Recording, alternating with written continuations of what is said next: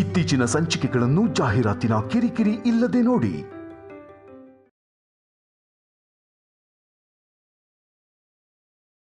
ಯಾಕೆ ಮಾತಾಡ್ತಿಲ್ಲ ಆಫೀಸರ್? ಸಾಕ್ಷಿ ಸಿಕ್ಕಿದ್ರೂ ಏನು ಹೇಳ್ತಿಲ್ವಲ್ಲ? ಏನ್ ಶೌರ್ಯ, ಈ ಮನೆಗೊಂದ್ ನ್ಯಾಯ, ನಿನ್ ತಾಯಿಗೊಂದ್ ನ್ಯಾಯನಾ? ಯಾಕಮ್ಮ ಹೀಗ್ ಮಾಡ್ದೆ? ಈಗ ನಾನು ಏನೇ ಹೇಳಿದ್ರು ನಿನ್ಗೆ ಅರ್ಥ ಆಗಲ್ಲ ಕಣೋ, ಆಮೇಲೆ ಹೇಳ್ತೀನಿ. ಅಮ್ಮ, ನಿನ್ನಿಂದ ಅನಿಸ್ಕೋಬೇಕಾಗಿ ಬಂದಿದೆ. ಸಂಬಂಧ ಇಲ್ದಿರೋರ್ ವಿಷಯದಲ್ಲಿ ತಲೆ ಯಾಕೆ ಹಾಕ್ಬೇಕು? ಹೀಗ್ ಸುಟ್ಟಾಕಿದಾದ್ರು ಯಾಕೆ? ಇದು ಕರೆಕ್ಟ್ ಅಲ್ಲಮ್ಮ, ಕರೆಕ್ಟ್ ಅಲ್ಲ. ಅಲ್ಲ ಅಂದ ಮಾತ್ರಕ್ಕೆ ಸರಿ ಹೋಗಲ್ಲ ಶೌರ್ಯ. ನಮ್ ಕಷ್ಟಕ್ಕಿರೋ ಬೆಲೆ ನಿನ್ ತಾಯಿ ಗೊತ್ತಿರೋದು ಇದೇನೆ. ಇವತ್ತಿಷ್ಟು ಮಾಡ್ದೋಳು ನಾಳೆ ಇನ್ನೂ ಏನಾದ್ರೂ ಮಾಡ್ತಾಳೆ. ನನ್ನ ರಕ್ತ ಅಂತ ಕೂಡ ನಾನು ನೋಡೋದಿಲ್ಲ. ಮಾಡಿ ತಪ್ಪಿಗೆ ಶಿಕ್ಷೆ ಅನುಭವಿಸ್ಲೇಬೇಕು. ಅರೆಸ್ಟ್ ಮಾಡಿ ಕರ್ಕೊಂಡು ಹೋಗು ನಿನ್ ಸ್ಟೇಷನ್ಗೆ.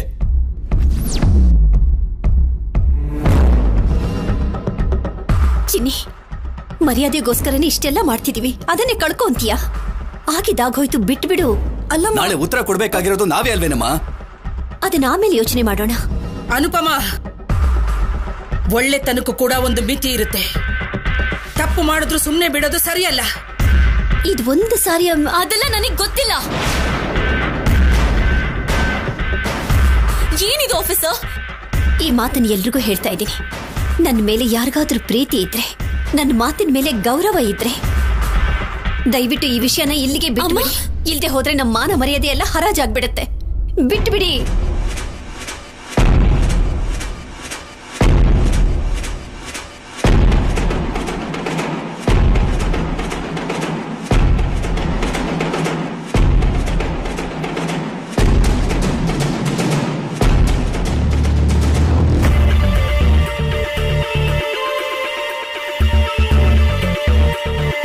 ಬನ್ನಿಮ್ಮ.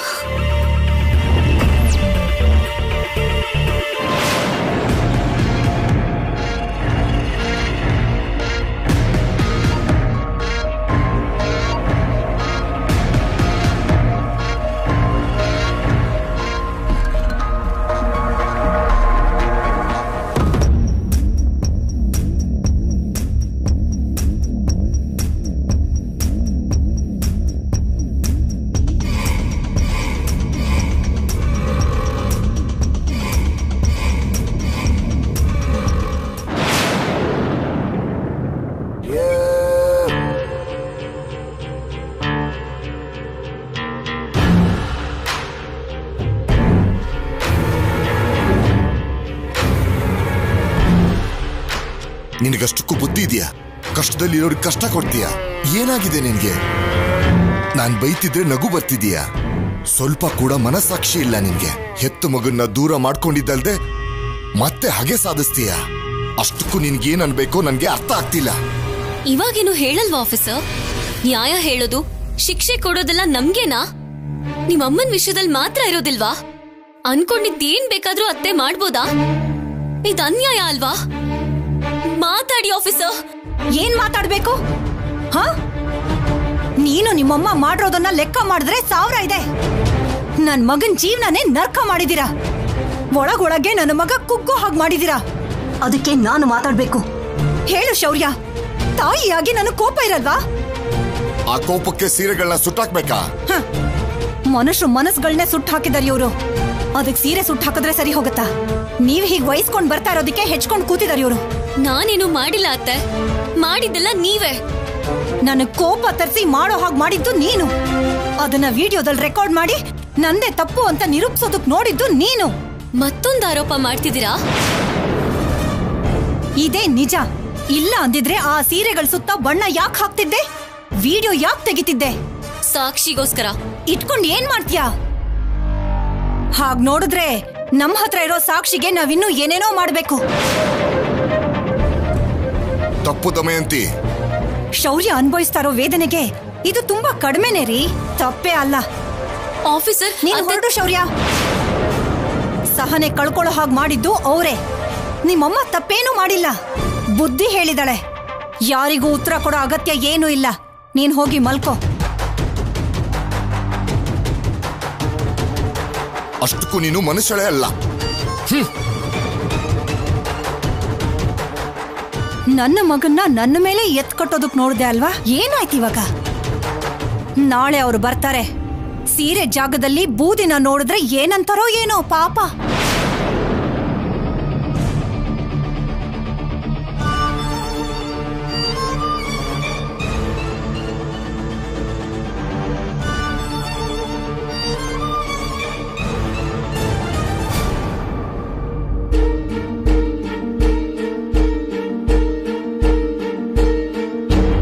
ಅಮ್ಮ ಮಲ್ಕೊಳ್ಳಿ, ನೀವು ಹೋಗಿ ಮಲ್ಕೊಳ್ಳಿ. ಹೇಗ್ ನಿದ್ದೆ ಬರುತ್ತಮ್ಮ? ನಮ್ ಮರ್ಯಾದೆ ಕಳಿಯಕ್ಕೆ ಅಂತಾನೆ ನಿಂತಿರೋ ದಮಯಂತಿ ಅಕ್ಕನ ಸುಮ್ನೆ ಬಿಟ್ಬಿಡು ಅಂತಂದ್ರಿ.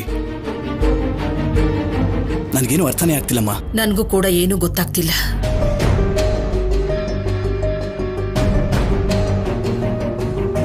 ಯೋಚನೆ ಮಾಡೋಣ ಅಂದೆ. ಏನ್ ಯೋಚಿಸ್ತಿದ್ಯಾ ಅನುಪಮ? ಎಲ್ರಿಗೂ ಸೀರೆಗಳು ಸಿದ್ಧವಾಗಿದೆ ಅಂತ ಹೇಳಿದ್ವಿ. ಅವ್ರಿಗೀಗ ನಾವೇನು ಉತ್ತರ ಕೊಡೋದು? ಕೊಟ್ಟು ಮಾತನ್ನ ತಪ್ಪಲ್ಲ ಅಮ್ಮ. ಅಂದ್ರೆ ನಿನ್ ಉದ್ದೇಶ ಏನು? ರಾತ್ರಿಗೆ ಮತ್ತೆ ಸೀರೆನ ನೇಯ್ತೀವ? ಅದು ಸಾಧ್ಯ ಆಗೋ ಕೆಲ್ಸನ? ಅಮ್ಮ, ಈ ವಿಷಯದಲ್ಲಿ ನೀವೇನೂ ಆತಂಕ ಪಡಬೇಡಿ. ಅವ್ರ ಹತ್ರ ಮಾತು ಕೇಳುವಂಥ ಪರಿಸ್ಥಿತಿ ಅಂತೂ ಬರೋದಿಲ್ಲ. ನೀವು ನೆಮ್ಮದಿಯಾಗಿ ನಿದ್ರೆ ಮಾಡಿ. ಹೇಗಮ್ಮ? ಹೋಗಿ ನೆಮ್ಮದಿಯಾಗಿ ನಿದ್ದೆ ಮಾಡಿದ್ರೆ ಎಲ್ಲ ಸರಿ ಹೋಗ್ಬಿಡುತ್ತಾ? ಒಂದೊಂದು ಸಾರಿ ಮೌನನೇ ಸಮಾಧಾನ ಕೊಡುತ್ತೆ. ಉತ್ತರ ಕೊಡಕ್ಕಾಗದೇ ಇರೋ ಪ್ರಶ್ನೆಗಳಿಗೂ ಉತ್ತರನ ಕೊಡುತ್ತೆ.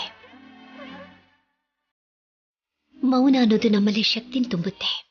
ನೀವು ನೆಮ್ಮದಿಯಾಗಿ ನಿದ್ದೆ ಮಾಡಿ.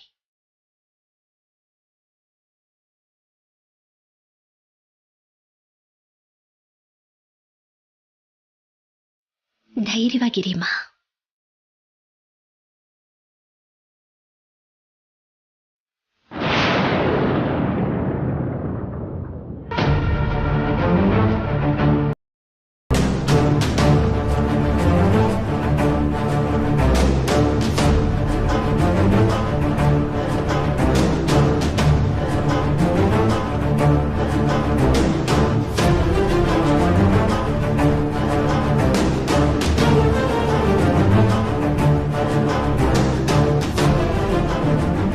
ಅವ್ರು ಯಾವಾಗ ಬರ್ತಾರೋ, ಇವ್ರ ಮರ್ಯಾದೆನೆ ಯಾವಾಗ ತೆಗಿತಾರೋ.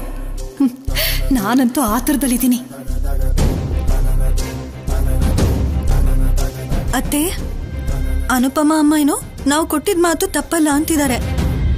ಅವ್ರು ಬಂದೇನಾದ್ರು ಅಂದ್ರೆ ನಮಗ್ ಮರ್ಯಾದೆ ಇರುತ್ತಾ?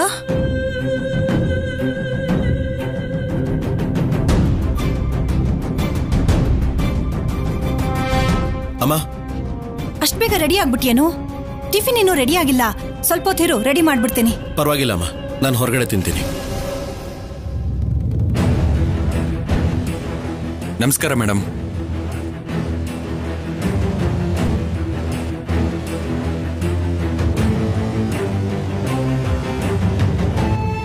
ಸೀರೆಗಳು ರೆಡಿ ಆಗಿದೆ, ಬೆಳಿಗ್ಗೆನೆ ಬನ್ನಿ ಅಂತ ನಿಮ್ ಸೊಸೆ ಹೇಳಿದ್ರು. ಸೀರೆಗಳೆಲ್ಲಮ್ಮ?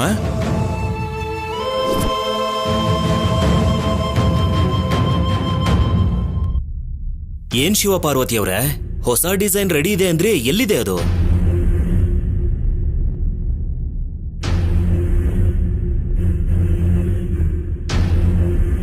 ರಾತ್ರಿ ಮನೆಯಲ್ಲಿ ಅಗ್ನಿ ಅವಘಡ ನಡೀತು ರಾಮಯ್ಯನವರೇ.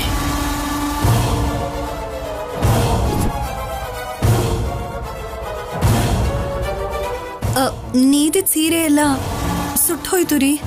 ಇವಾಗ ಏನ್ ಮಾಡೋದು? ನಿಮ್ ಮಾತ್ ನಂಬಿ ನಾವು ಆರ್ಡರ್ ತಗೊಂಡಿದೀವಿ. ಈಗ ನಮ್ ಮರ್ಯಾದೆ ಹೊರಟೋಗುತ್ತೆ.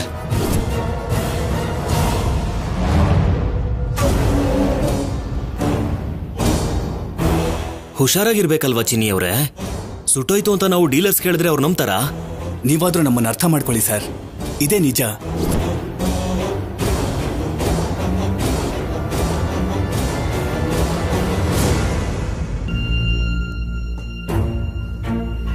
ಕ್ಷಮಿಸಿ ಅಮ್ಮ. ನೀವೇನು ಅನ್ಕೋಬೇಡಿ. ಇವಾಗ ಇವಳು ಅವ್ರ ಕಾಲು ಹಿಡ್ಕೋತಾಳೇನೋ. ಆ ದೃಶ್ಯನ ನೋಡ್ಬೇಕು. ಈಗೇನಾಯ್ತು ಅಂತಮ್ಮ? ಅವ್ರನ್ನ ಕ್ಷಮೆ ಕೇಳ್ತಿದ್ದೀರಾ?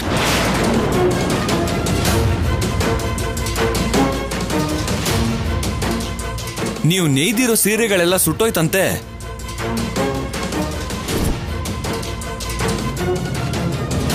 ನಮ್ಮನ್ ಕಂಡ್ರೆ ಹೊಟ್ಟೆ ಕಿಚ್ಚು ಪಟ್ಕೊಳ್ಳೋರು ಅದನ್ನ ಮಾಡಿದ್ದಾರೆ. ಆದ್ರೆ ಕಾಪಾಡೋರು ಮೊದಲೇ ಎಚ್ಚರಿಕೆ ಕೊಟ್ಟು ಕಾಪಾಡಿದ್ದಾರೆ. ಅನುಪಮ, ಸೀರೆಗಳೆಲ್ಲ ಒಳಗಡೆ ಭದ್ರವಾಗಿದೆ ಅಮ್ಮ.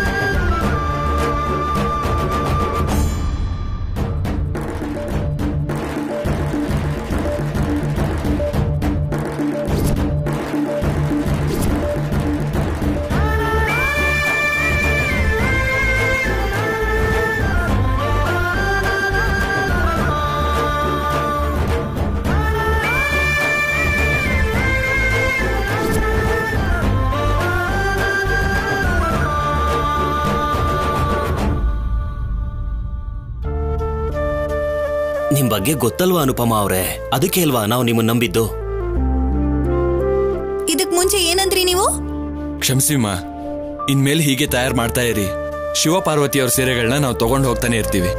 ಶಿವಪಾರ್ವತಿ ಸೀರೆಗಳೆಲ್ಲ ಇದು. ಇನ್ನ ಹೆಸರು ಬೇಡ.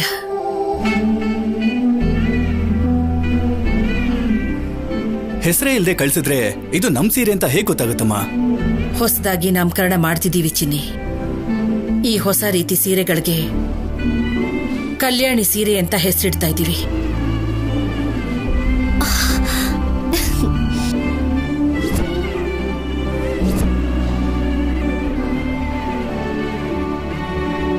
ಯಾರಿಂದ ಆಯುಸ್ ಪಡ್ಕೊಂಡ್ವೋ ಅವ್ರ ಹೆಸರಿಡೋದೇ ಧರ್ಮ ಕೂಡ.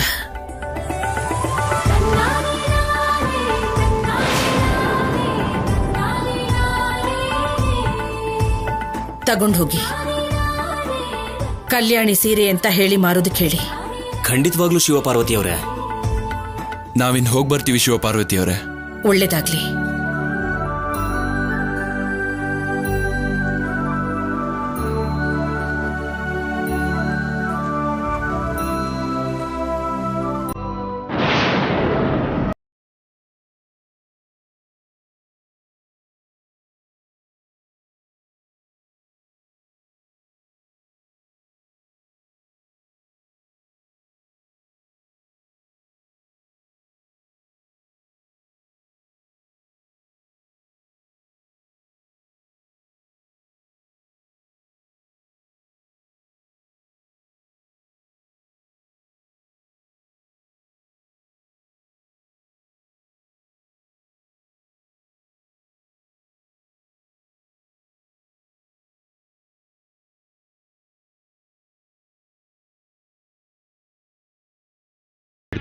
ಏನಕ್ಕೆ ಹಿಡ್ಕೋ ಹೇಳ್ತೀನಿ.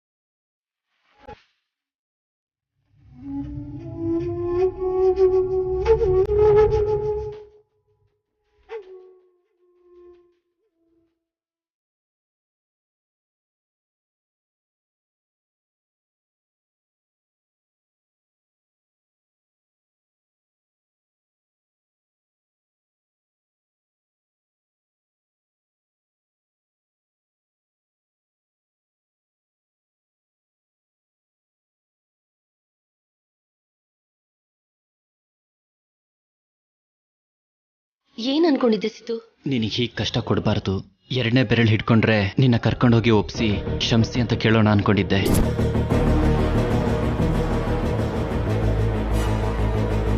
ಮೊದಲನೇ ಬೆರಳು ಹಿಡ್ಕೊಂಡ್ರೆ ನನ್ನ ಜೊತೆನೇ ಇರ್ತೀಯ ಅನ್ಕೊಂಡಿದ್ದೆ, ಅದನ್ನೇ ಹಿಡ್ಕೊಂಡೆ ಸ್ಯಾಮ್. ಇನ್ನು ಲೈಫ್ ಲಾಂಗ್ ನನ್ನ ಜೊತೆನೇ ಇರ್ತೀಯ. ಇನ್ನು ನನಗಂತೂ ಕಳಿಸ್ಬೇಕು ಅನ್ನೋ ಯೋಚನೆನೇ ಬರಲ್ಲ ಸ್ಯಾಮ್. ಒಂದ್ ವೇಳೆ ಆ ಬೆರಳು ಹಿಡ್ಕೊಂಡಿದ್ರೆ ನನ್ನ ಕರ್ಕೊಂಡು ಹೋಗಿ ಬಿಟ್ಬಿಡ್ತಿದ್ಯಾ ಸಿದ್ದು? ಆತರ ಆಗ್ಲಿಲ್ವಲ್ಲ ಸ್ಯಾಮ್. ನೀನ್ ಕ್ಷಮಿಸು ಅಂತ ಕೇಳಿದ್ರೆ ಶೌರ್ಯ ಕ್ಷಮಿಸ್ಬಿಡ್ತಾನೆ ಅನ್ಕೊಂಡಿದ್ಯಾ? Emotional ಆಗ್ಬೇಡ Sam. ಹೀಗೆ ಎಷ್ಟು ದಿನ ಅನ್ನೋದನ್ನ ಬಿಟ್ರೆ ನಿನ್ನಿಂದ ದೂರ ಆಗ್ಬೇಕು ಅಂತ ಏನಿಲ್ಲ Siddu. Please try to understand. ಛೇ, ಏನ್ ಸ್ಯಾಮ್, ನನಗಷ್ಟು ಗೊತ್ತಾಗಲ್ವಾ? ನಿನ್ನನ್ನು ಹೀಗೆ ನೋಡಕ್ಕಾಗದೆ ಅಷ್ಟಕ್ಕೂ ಇಷ್ಟೆಲ್ಲ ಕಾರಣ ಆ ಕೋಟಿ ರೂಪಾಯಿಂದ ಮೋಸ ಆಗಿದ್ದಕ್ಕೆ. ಇಲ್ಲ, ನಾನು ಮೋಸ ಹೋಗಿಲ್ಲ. ಆ ಕಲ್ಯಾಣಿ ಮೋಸ ಮಾಡಿದಾಳೆ. ನಮಗಿಂತ ಗಿಫ್ಟ್ ಕೊಟ್ಟಿರೋ ಕಲ್ಯಾಣಿಗೆ ರಿಟರ್ನ್ ಗಿಫ್ಟ್ ಕೊಡ್ತೀನಿ, ಕೊಡ್ತೀನಿ. ಅವಳು ಊಹೆ ಕೂಡ ಮಾಡಿರೋದಿಲ್ಲ.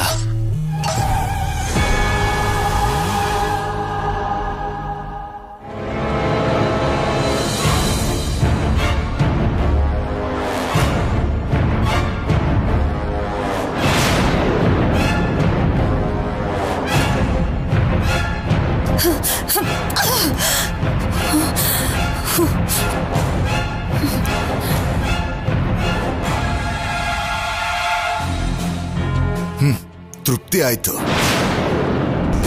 ಇಷ್ಟು ಮಾಡಿದ್ದಕ್ಕೆ ಇಷ್ಟು ನೋವಾಯ್ತು. ಅಲ್ಲಿ ಇರುವೆ ಕಚ್ಚಿದಷ್ಟು ನೋವಿಲ್ಲ ಅಂತ ಬೇಜಾರು ಮಾಡ್ಕೊಂಡೆ. ಇವಾಗ ಫುಲ್ ಮೀಲ್ಸ್ ತಿಂದಷ್ಟು ಆನಂದ ಆಗ್ತಿದೆ. ನನಗೆ ಹಂಗ್ಸೋದು ನಿಮಗ್ ತುಂಬಾ ಅಭ್ಯಾಸ ಆಗೋಗಿದೆ. ಹೆತ್ತ ತಾಯಿಗೆ ಹಿಂಸೆ ಕೊಡಬೇಕು ಅನ್ಕೊಳ್ಳೋದು ನಿನಗೆ ಬೇಜಾರಾಗ್ಲಿಲ್ವಾ?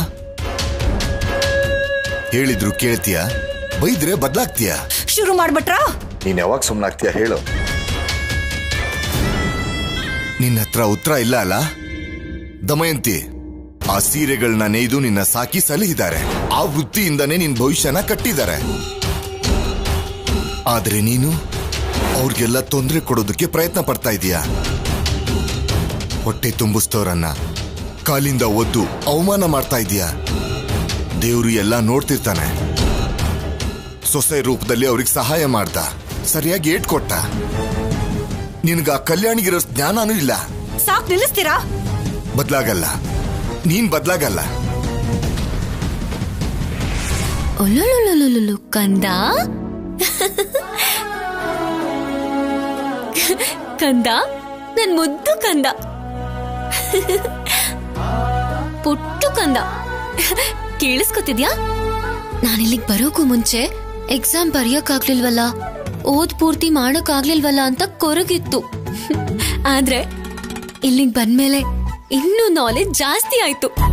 ಇವಾಗಂತೂ ಓದ್ದನೆ ಪಾಸ್ ಆದಷ್ಟು ಸಂತೋಷ ಆಗ್ತಿದೆ ಗೊತ್ತಾ? ನಿನಗೆ ಅರ್ಥ ಆಗ್ತಿದ್ಯಾ?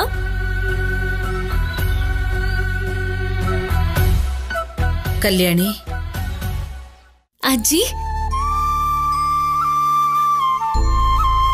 ಈ ಸೀರೆ ನಿನಗೆ. ನನಗ? ಈ ಸೀರೆ ಸ್ಪೆಷಾಲಿಟಿ ಏನ್ ಗೊತ್ತಾ? 25 ವರ್ಷಗಳಾದ್ಮೇಲೆ ಅಮ್ಮ ನೇದಿರೋ ಮೊದಲನೇ ಸೀರೆ ಇದು. ಹೌದಾ? ನಿನಗೋಸ್ಕರನೇ ತುಂಬಾ ಪ್ರೀತಿಯಿಂದ ಕಾಳಜಿಯಿಂದ ನೇದಿದ್ದಾರೆ ಇವರು. ತುಂಬಾ ಚೆನ್ನಾಗಿದೆ ಅಜ್ಜಿ. ಇದು ನನಗ್ ಗಿಫ್ಟಾ? ನೀನ್ ಮಾಡಿರೋ ಸಹಾಯಕ್ಕೆ ಏನ್ ಕೊಟ್ರು ಕಡಿಮೆನೆ ಕಲ್ಯಾಣಿ. ಪ್ರಾಣಕ್ಕಿಂತ ಬೆಲೆ ಬಾಳೋ ನನ್ನ ಮರ್ಯಾದೆನೆ ಕಾಪಾಡ್ದೆ. ಪ್ರತಿಷ್ಠೆ ಹಾಳಾಗತ್ತೆ ಅನ್ಕೊಂಡು ಭಯಪಟ್ಟೆ. ಆ ಭಯನ ದೂರ ಮಾಡ್ದೆ. ನನ್ನ ಮನ್ಸಿಗೆ ಸಂತೋಷ ಕೊಟ್ಟೆ.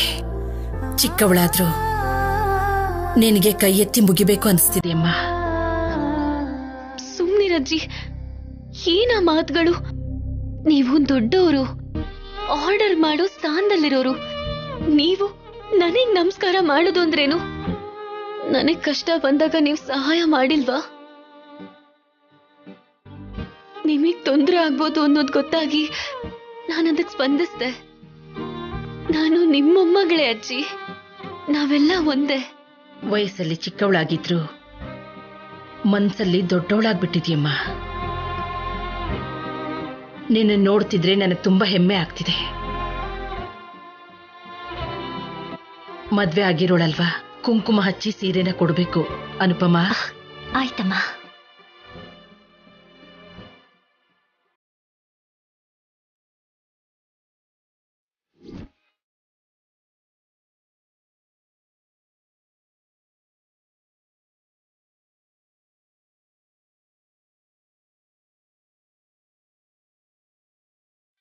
ಇಷ್ಟು ವರ್ಷಗಳಾದ್ಮೇಲೆ ನಿಮ್ ಕೈಯಾರಿ ನೇಯ್ದಿರೋ ಸೀರೆನ ನಾನ್ ತಗೋತಿದ್ದೀನಿ.